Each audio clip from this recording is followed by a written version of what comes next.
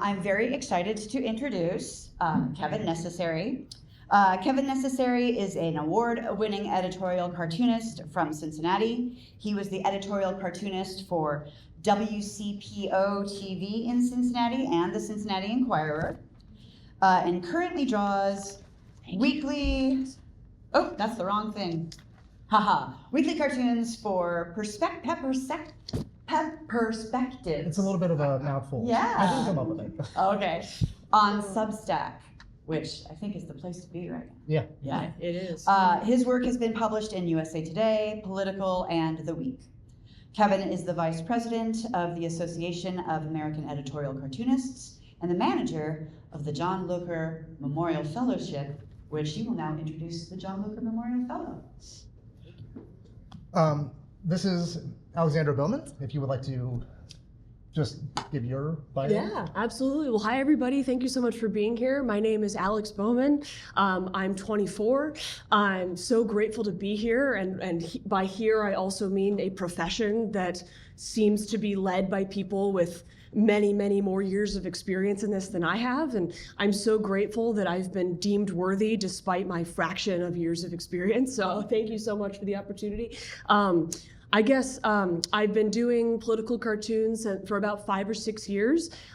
Actually, last week, I was featured in a Politico article among the nation's top political cartoonists, which I'm really excited about. They put me at the top, like the first one in the article, which was really fun. Yay! I'm so honored to be the Locher Fellowship winner. And so what differs between the old Locher Award and the Locher Fellowship? Well, we're going to get into that in just a few minutes. Okay. Because that's part of why we're here, because the Locher Fellowship is, about looking towards the future of editorial cartoons. So as you can see, editorial cartoons drawing to a close. Drawing. Our careers are over. That's the joke. That's the joke. Yeah, I get it. So how many people here feel like they have a good idea of what editorial cartooning or political cartooning is? Okay. Good. We're going to be unpacking your ideas. Yeah. So editorial cartooning, whether you do know what it is or isn't, it's been around for a long time. It started in the 18th century, in like the mid 1700s in Britain. The first cartoon that was published in the United States was this one. You've probably seen flags with a similar motif that shows just how much the meaning of a cartoon can change over the centuries. This was actually drawn by a guy, I don't know if you've ever heard of him, his name was Benjamin Franklin. He was our first editorial cartoonist. That is what he is most known for. And that is why he is on the $100 bill, because we as cartoonists are poor, and so we aspire to have $100 bills with Benjamin Franklin's face on it. He didn't do anything else besides this one cartoon. So cartoons have been around for a long time. This is one of the most famous cartoons ever, and this was drawn in 1805. This is called Plum Pudding. The Plum Pudding is in Danger was drawn by James Gilray. But as you can see, like even well over 200 years ago, editorial cartoons kind of looked like they do right now. I mean, single panel with caricatures. This is from the late 19th century. This is drawn by Thomas Nast, who, we'll just get it out there, has a little bit of a problematic history in terms of things he said about immigrants and various other people.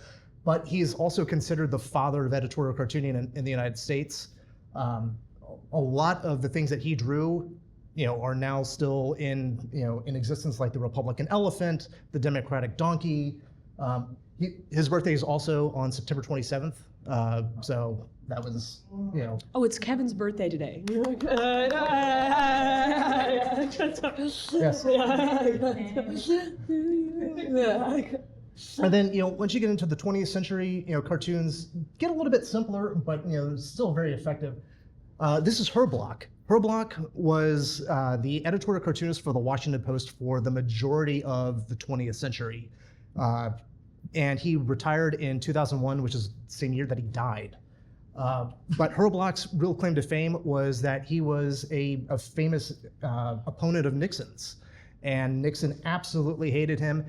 But it shows the the impact that editorial cartoons have. That a guy who had a grease pencil and some markers was on the President of the United States enemy list. It's powerful. But now we get to the 21st century, and editorial cartoons are still around, but things haven't been great in the last 24 years. Actually, since 2019, the New York Times, I'm sure you've heard of it. The New York Times stopped running any editorial cartoons. The Pulitzers used to be the gold standard for awards for editorial cartoons. There's no longer any Pulitzer for editorial cartooning. It's now illustration and it's editorial illustration and reportage. And then the thing happened where they'd said that no people who were nominated for the Pulitzer were worthy of the cartooning Pulitzer. And Yep. I don't know if you all, I hate to interrupt, I'm sorry. No. If you've all seen Cal's work, like Keven Gallagher, he's one of the best. He's like the current god of the medium. He hasn't won a Pulitzer yet. And I believe he was nominated that year, and they decided that he wasn't worthy of the Pulitzer. So it was really disrespectful. And also, just as a plug, look up the CXC videos from 2022, because you had several editorial cartoonists up here talking about the lack of awards, and doesn't even matter. Underneath, Ben Franklin right there, who again, it's really stupid that the Pulitzers are no longer doing editorial cartoons, because it is Ben Franklin, and what is he known for? Just one, his one editorial cartoon. Gannett. Gannett is the largest newspaper chain in the United States. Guess what they don't run anymore? Editorial cartoons. McClatchy, another large newspaper company. What did they do last year? They fired all of their editorial cartoonists. So where are we? If editorial cartoons are meant to be in the newspaper and are not in newspapers anymore, is this profession actually dead? And so this is a picture that was taken at Seventh Sun Brewery in 2022. This is the assembled Association of American Editorial Cartoonists. Can anyone tell me what is the common factor for most of the people in that picture? Keith's over there. There's Clay. Keith and Clay. Yeah. Are you in there? Yeah, I'm in there. I'm like right under me. Yeah. I'm really glad I didn't wear that shirt today. So, I'm 45 today. I was one of the youngest. I was maybe the second youngest person in that photo. Who's the girl in the middle? That was the last Locher winner. Oh my gosh. Locher Award winner. Well, she's there. Where's she? Yeah. Where's she at these days? Honestly, I don't know. Okay. But yeah, you can see that it's very old, very white, very male. There is not a whole lot of representation. There's not a whole lot of diversity. So, and people are retiring. People are dying. This is essentially the accumulated knowledge of American editorial cartooning right now. But where do we go from here? So that brings me to the John Locher Memorial Fellowship. The AAEC, in conjunction with the Billy Ireland, has been running the John Locher Memorial Award for over 3 decades. That award went to college students or college-age students who were drawing editorial cartoons, but there aren't that many out there, these days either. So we had to make a change. And what we did was we are now trying to encourage people who are younger or who are up and coming, who are working in this medium, and making them a fellow with the AAEC. What we are having them do is we are having them actually work. So, Alexandra is working at Counterpoint, which is a small syndicate for editorial cartoons. We're trying to promote this. We're trying to get new blood in. We're trying to get people invested in what we do, because this is the future. this Yeah, gestures at me. This is your future, everyone. Sorry. But as I asked, at the beginning, some people don't really have a good idea of what editorial cartooning is. And is editorial cartooning, does it have to be just single panel comics? Does it have to be, something that you would see in a newspaper 5 years ago, 10 years ago, 30 years ago, 60 years ago? What can that be? Where can it go? How can it evolve? And that's what we're going to be talking about today. We're going to have a discussion on that. We might even ask for audience participation. So don't be afraid if I look out and call on people. By the way, I'm a new adjunct professor, so I'm like mad with power, like calling on people in the audience. And because of the state of editorial cartooning, I'm a full-time private instructor. So I'm not a professor, but I'm also used to just calling on people when their camera's off on Zoom and stuff. And so spoiler alert, no, editorial cartooning is not dead, but it is changing. So. But why would we think that editorial cartooning is dead? Well, I mean, I don't like. There's a way to word it that it feels more vindictive and kind of knife twisty than I would like to say. But I mean, if you look at the photo that you just shared, I mean, it's just a fact that if you don't open up that field to more folks, that will close off opportunities for new folks. Obviously, it's inherent to it. But more than just demographically, as we've been talking about in our Zoom meetings since the fellowship started, you have to be open to new ways of viewing what editorial cartooning is. And that includes publication forms, that includes the ways that they look, that includes styles. And I don't think that editorial cartoonists can afford to be picky about the way that we demand that an editorial cartoon looks. I think we have to be willing to look at something in a style or in a format that we haven't normally considered to be editorial cartooning to be that in order to continue to exist. So I was the editorial cartoonist on staff for the Lincoln Project during the 2020 election. And they had a great idea, like, what if we used editorial cartoons as political ads?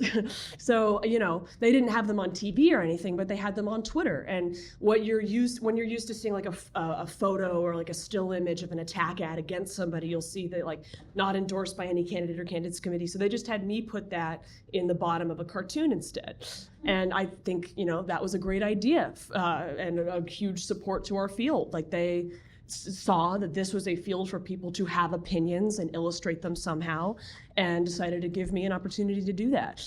So my kind of thesis is editorial cartoonists, working editorial cartoonists, when looking for opportunities, should not just look to the standard venues where editorial cartoons have been published before, because those venues are shrinking. And because, there's ideas about what they look like, not just in terms of the people who work there, but what they physically look like. And we got to get creative and set aside ideas, I think, or set aside a desire to cling to at least ideas of what editorial cartoons should look like, and lean towards what's going to keep us alive, what's going to give us food and shelter, it's what's going to enable us to do something that we like for a living, as opposed to throwing in the towel entirely.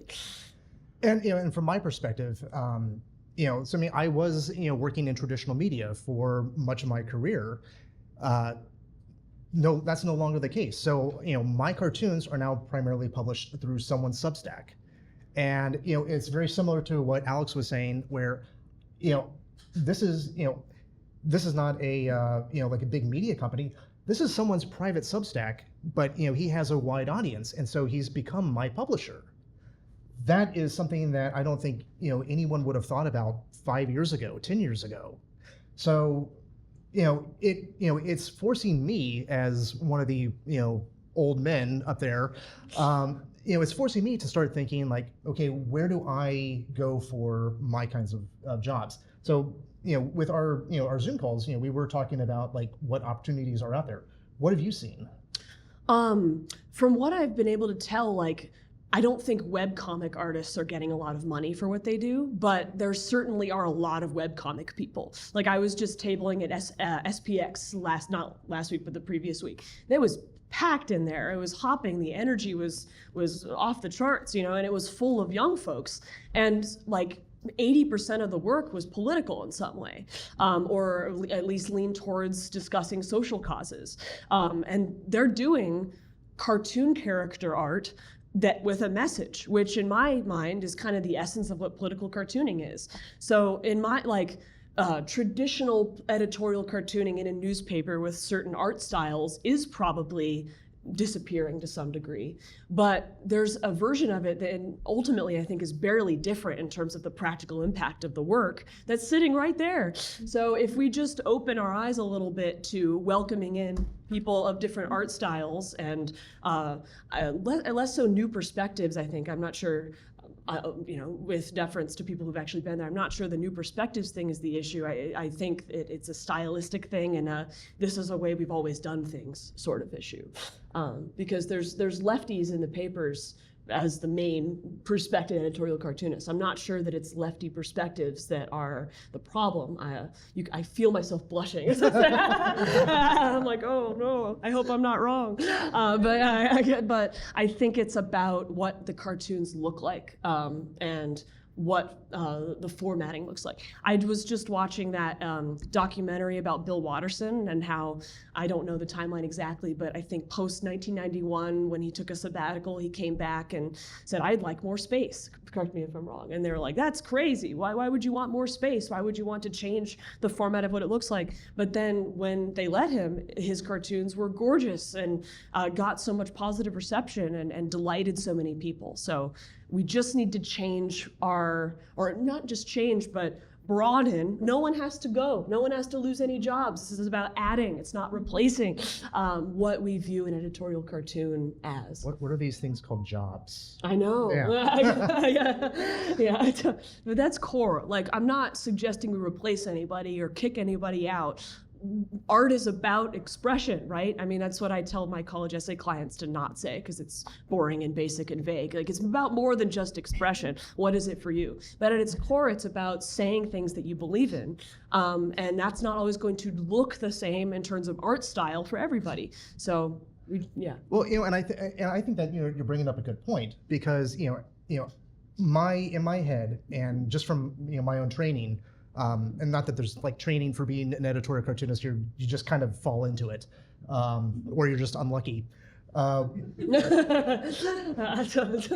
like in my head, it's very hard for me, to get out of the traditional one panel cartoon style. But you were bringing up, like, we have to evolve our styles, we have to evolve what we can do, and we have a media landscape now with social media that any art style, any format can actually work. So, I mean, are you seeing different types of formats?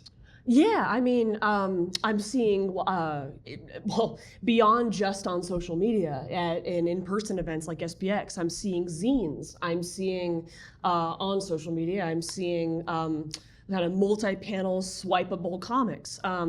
There's many different formats besides just the one panel thing.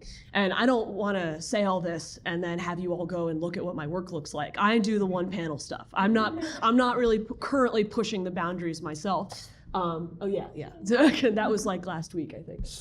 Yeah. I have to admit, like, I did look at your J.D. Vance when I drew that. I pulled up like 6 or 7 different photos of him and cartoons of him, and I had yours up there, and I liked the way you did his beard, and I took it. So yeah.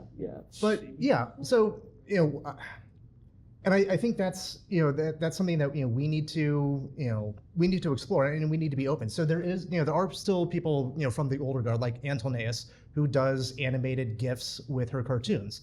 There are other people who do animated stuff. She was talking about Keven Gallagher. Cal will do some animated pieces, but for the most part, I feel like we're still we're almost self-limiting, but. You have these people that you've been talking about, and that I've certainly seen, who are sort of editorial cartoonists in the wild. do you think that they even know that they're editorial cartoons? I don't They're think cartoonists? so. Well, and I'm eager to get some either agreement or disagreement or something in between from young folks in the room or anybody who can attest to this. But I worry that the impression of what a political cartoon is among young people has been formed by that one Gary Varvel comic strip about, editorial cartoon about 1984 that people keep recaptioning. And also that one Ben Garrison one where he's opening the Capitol. I mean, all sorts of his cartoons, but there's one in particular that young people on Twitter have really taken to. And I worry that because that's just what's primarily in the public consciousness for young people, in my view, about editorial cartooning, that has reinforced existing views that this is a medium both made by and made for people who aren't them.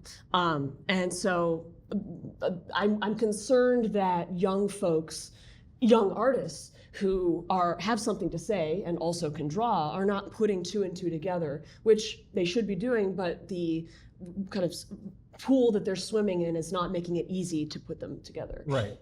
And I mean, just from my own, my own perspective, I think that because, there is a sense that editorial cartooning is almost like institutional, because it has been. It's been in newspapers, and newspapers feel very formal. But we don't have that. We're not in that world anymore. And so I think you have this, this ecosphere of people who might not be saying that they're editorial cartoonists, might not even know what an editorial cartoon is, but they're still putting this kind of work out there. And they're doing it almost naturally because, any kind of artwork can be political. You can have a statement behind your artwork. And, and I think it might be beholden to us who are of this almost last generation of American editorial cartoonists to like reach out and try to make contact with these people, just just to show that maybe they're not maybe they think that they're alone with this, or maybe they don't know that there's a community that has been doing this for a very long time. But I personally think as a member of the AAEC and its vice president that we should be open to accepting new and different styles of art. It used to be that you had to be a professional artist to join the AAEC. We're trying to change that. We're trying to think about ways that, to bring in new voices, because the reality is there aren't that many jobs anymore. Yeah. Well, I spent a lot of time in high school and middle school on DeviantArt and Instagram, and there are so many young artists, and there seems to be kind of in the Venn diagram of young artists and young people with opinions. Like it's very close. They have opinions. They just haven't decided to have their anthropomorphic animals talking about Trump, right?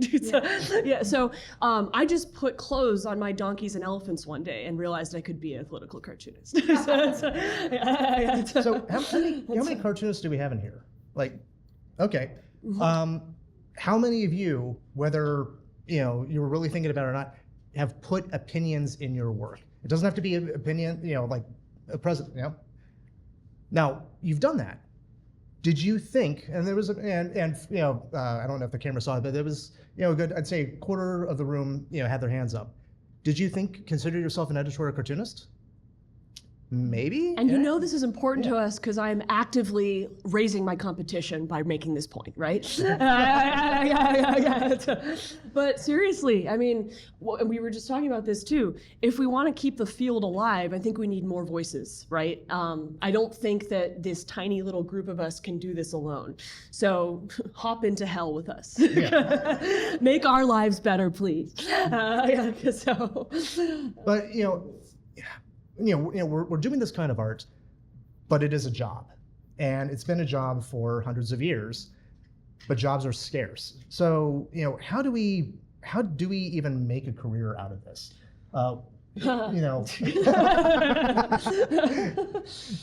Very good answer. Right. Well, so I was drawing cartoon characters since, age 7. My mom was an artist. She had art supplies around the house. She encouraged it. I loved Christopher Hart's books, and who just friended me on Facebook. Thank you. I have so many of your books. So I loved his work. There was this one illustrator who I encountered in middle school when I was doing a project on the Telltale Heart, and I wanted to draw characters related to that. And I found a drawing she'd done. Her name was Anna Retberg, who drew just kind of Disney-style drawings of celebrities and pop culture characters, and she had a section on her website where those were included under the heading caricatures. And when I thought of the word caricatures, I thought of the like awesome big bobbleheads, which are awesome, but it wasn't an art style I necessarily was interested in getting into on my own. I just for personal reasons, you know.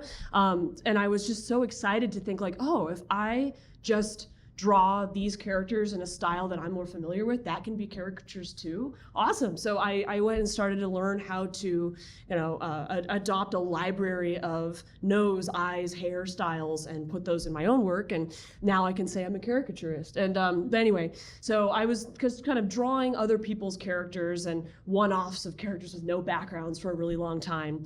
And then I started to get kind of anxious because I felt like, okay, I'm drawing other people's characters all the time. I drew Trump once looking grouchy, and I was like, oh man, okay, that's nice. I'm gonna put it up on my DeviantArt, it's gonna sit there. Not really sure what impact that's gonna have. And then I was at the Georgetown newspaper one day, just as a writer, and if any of you heard about the Varsity Blues scandal where people were paying their way in, there were 2 people at Georgetown who had that problem.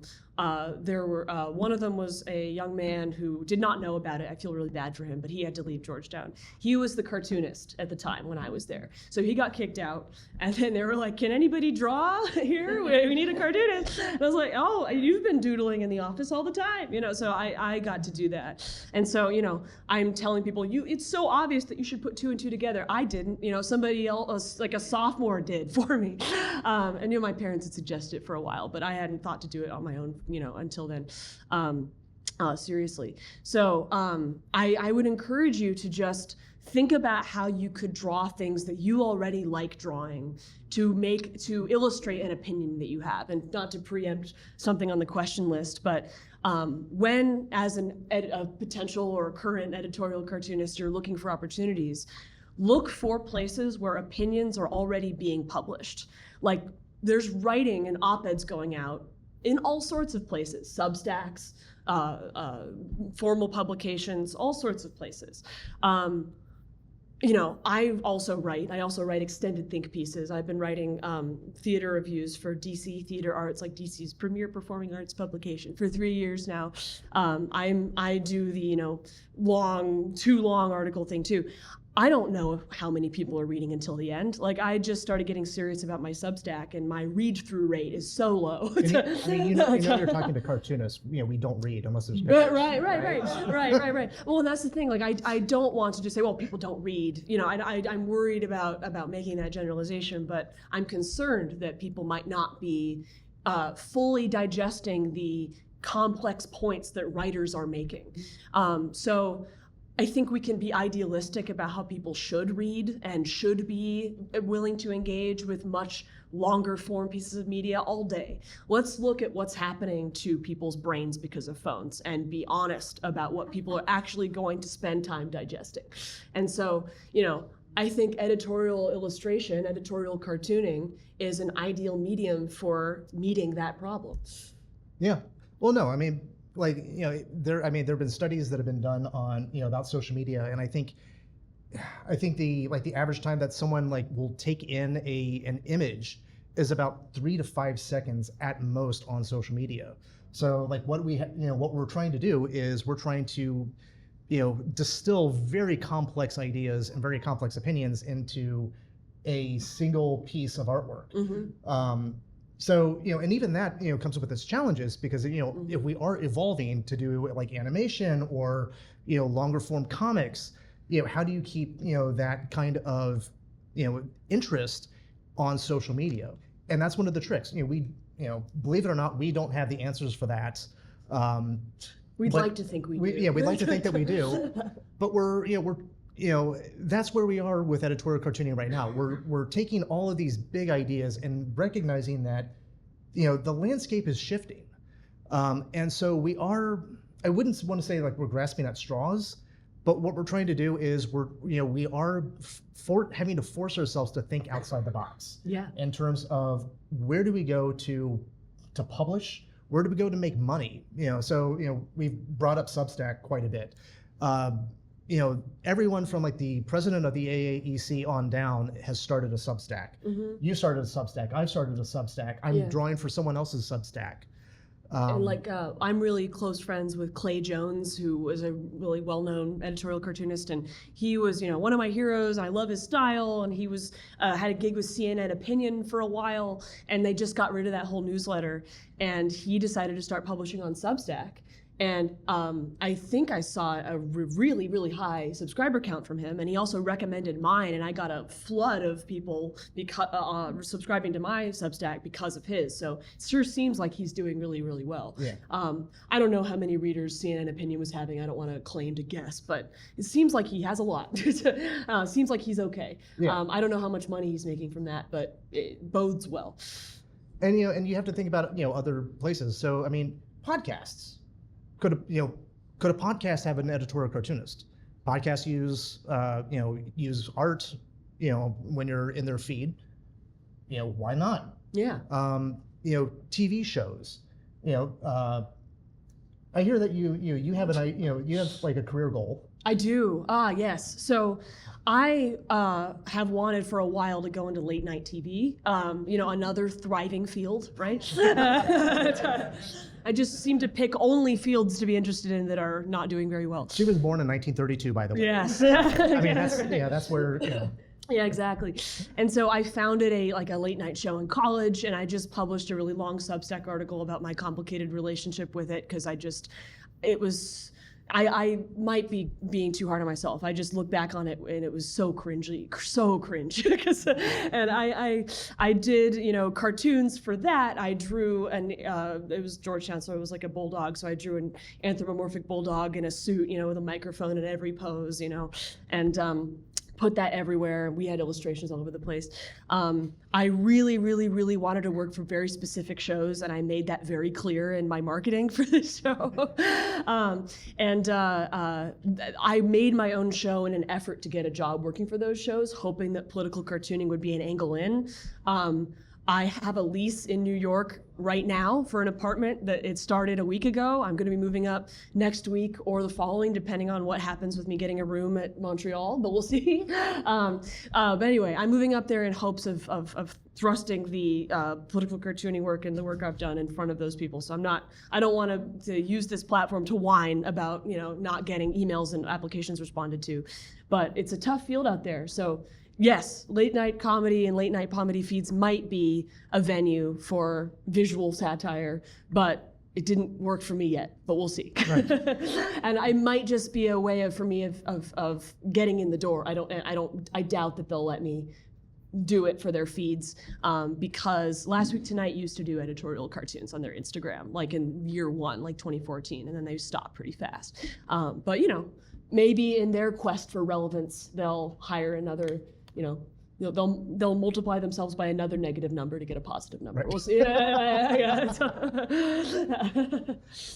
So, but there's a lot of content out there, Mm-hmm. even if people aren't making money. So one of the things that I often see is people using memes, to Mm-hmm. to do this kind of work, Mm-hmm. or to at least express an opinion. Mm-hmm.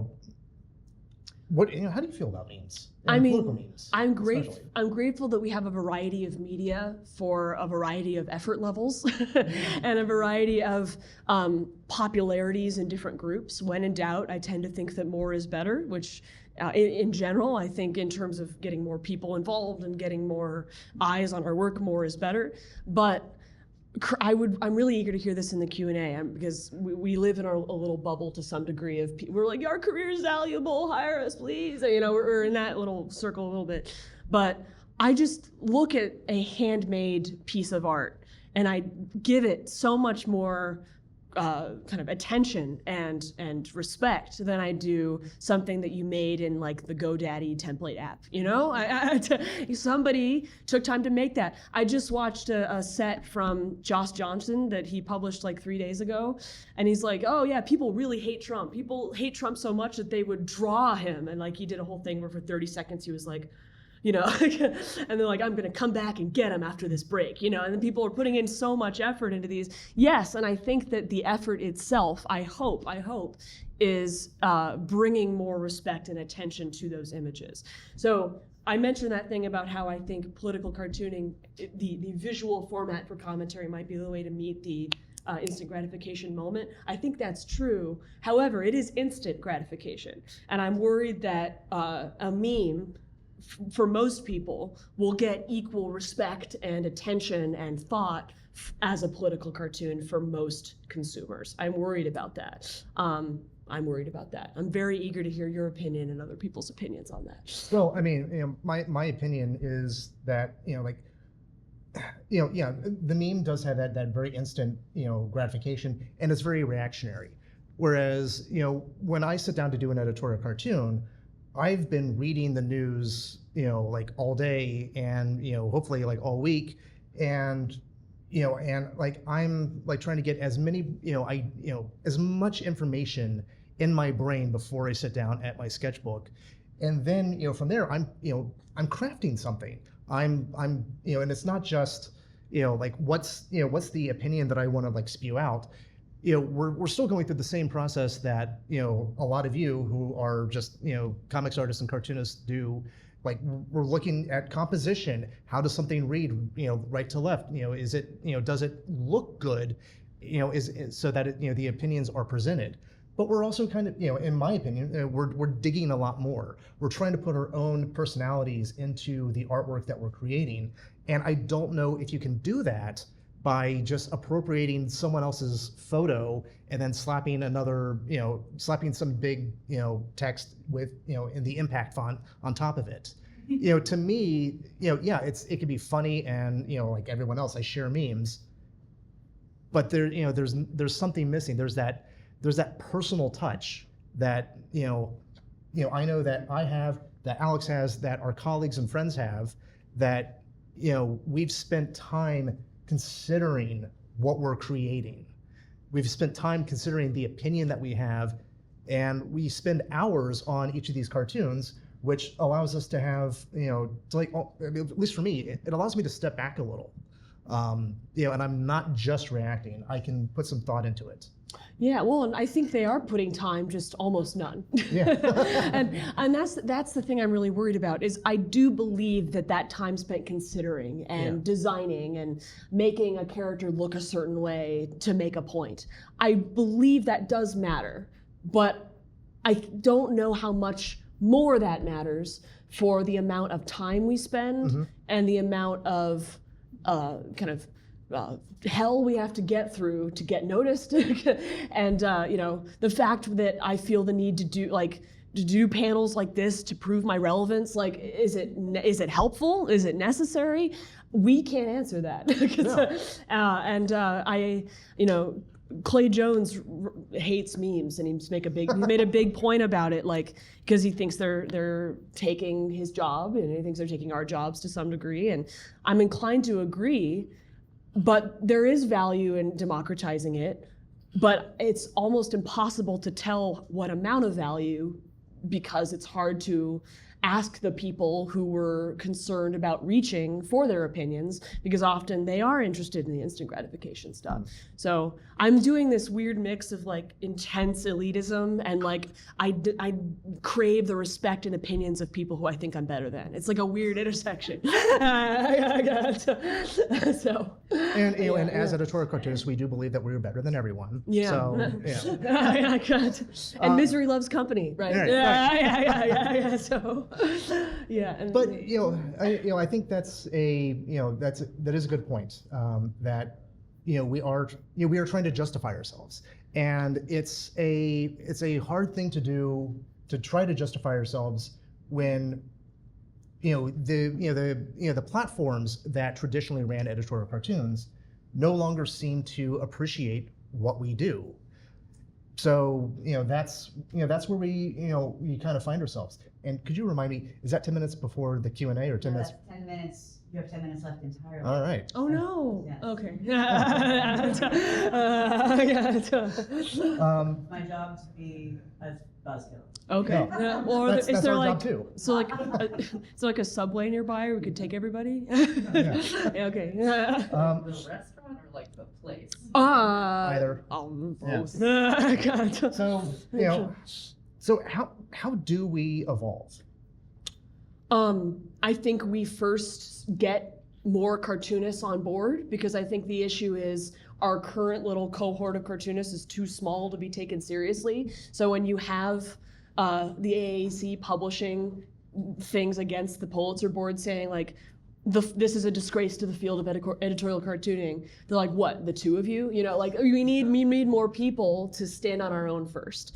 And I think we need to have the respect that will come with that before we can do much to get attention and make change within the field. We just need more people on this Titanic, Yeah. So No, I absolutely agree. I think Yeah.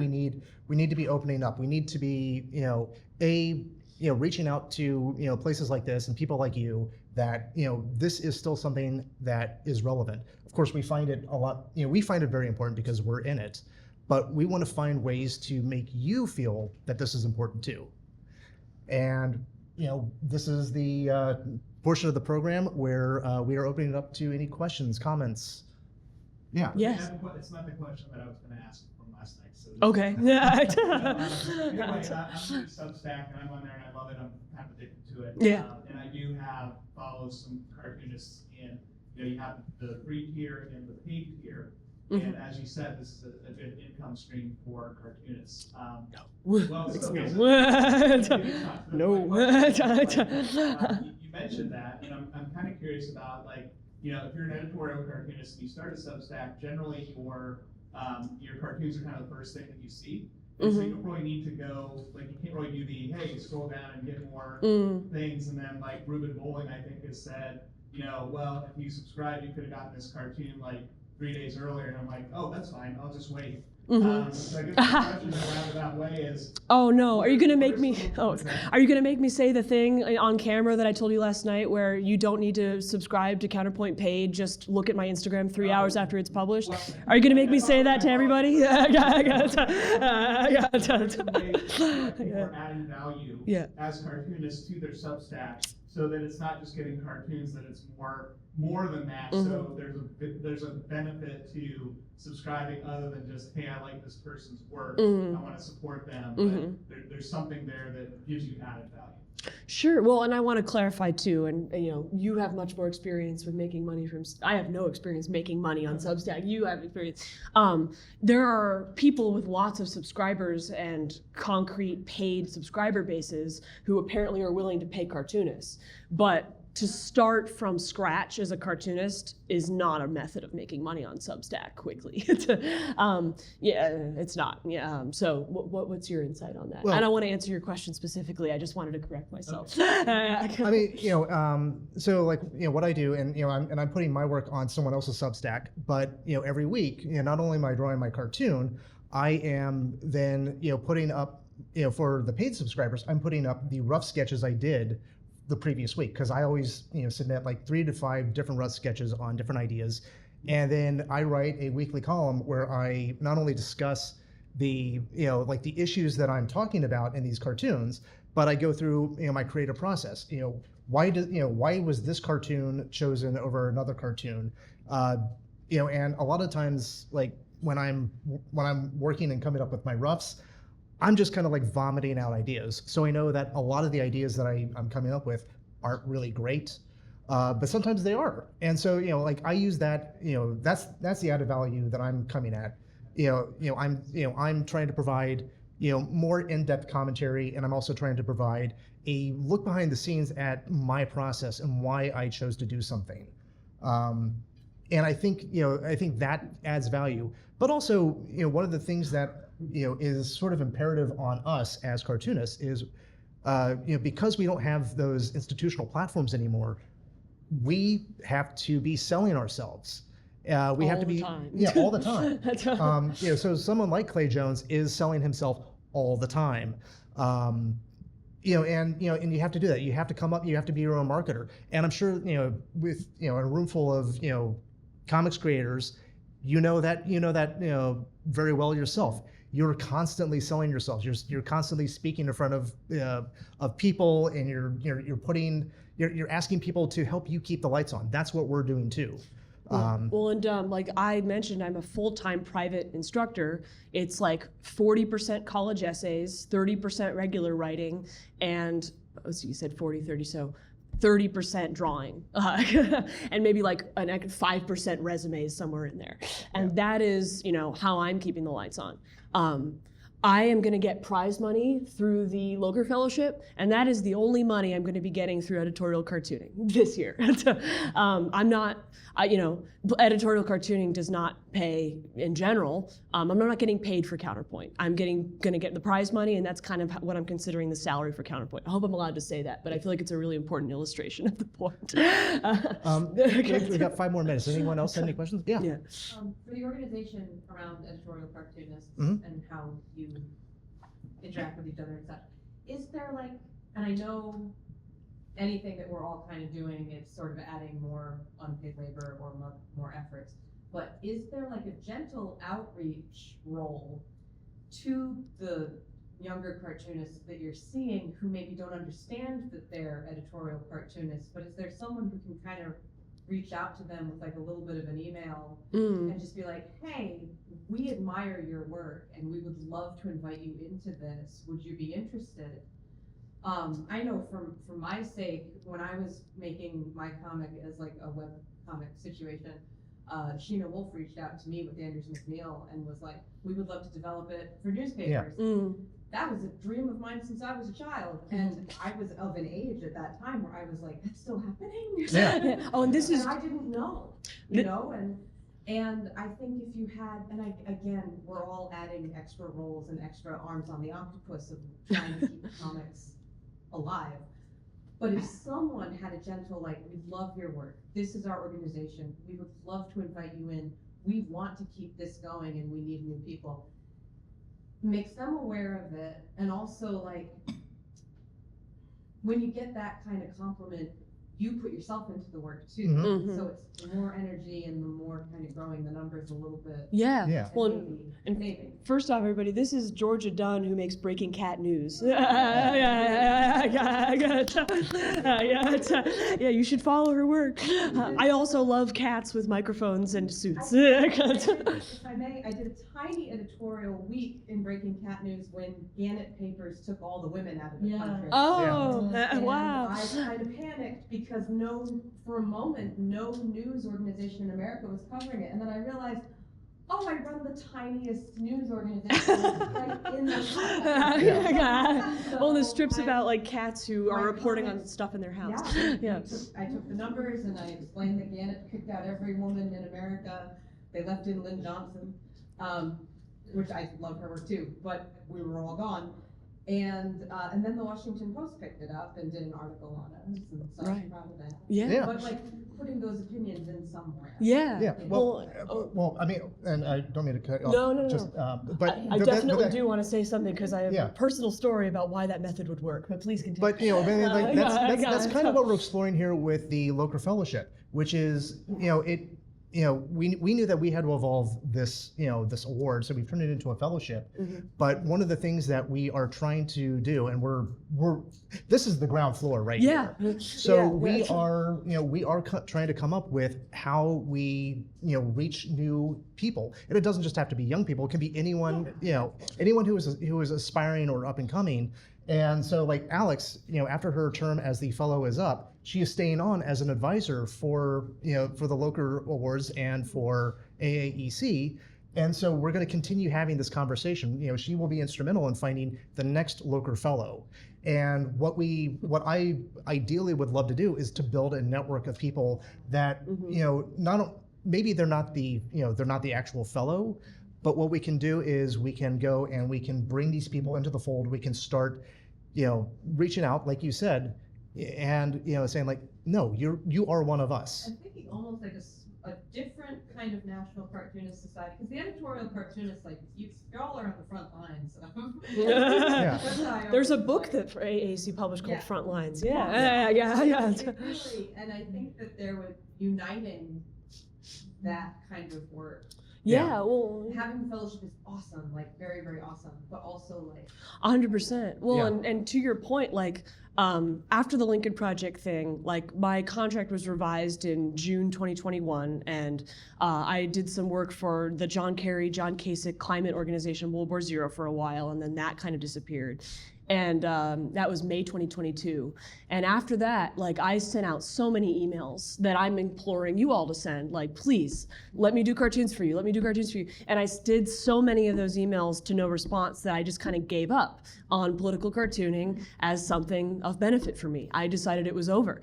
And then one day Keven emails me and goes, hey, we want to give you an award. You haven't done anything for 2 years, but can we give you an award?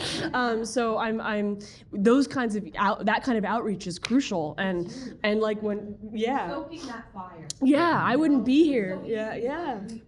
We give up. And Yeah. Stoking those fires for, Yeah. and it doesn't have to be young, just like the newer, more unknown editorial cartoons. Yeah. And and so I know our time's up. But if anyone wants to continue talking with us, I mean, we can make ourselves available, outside, or head to a local bar or anything. If anyone wants to, keep talking about this, please come up to us. We're happy to just keep BSing, because that's what we do. That's what we like to do. Yeah. So thank you for listening. Thank you. Okay. Thank you.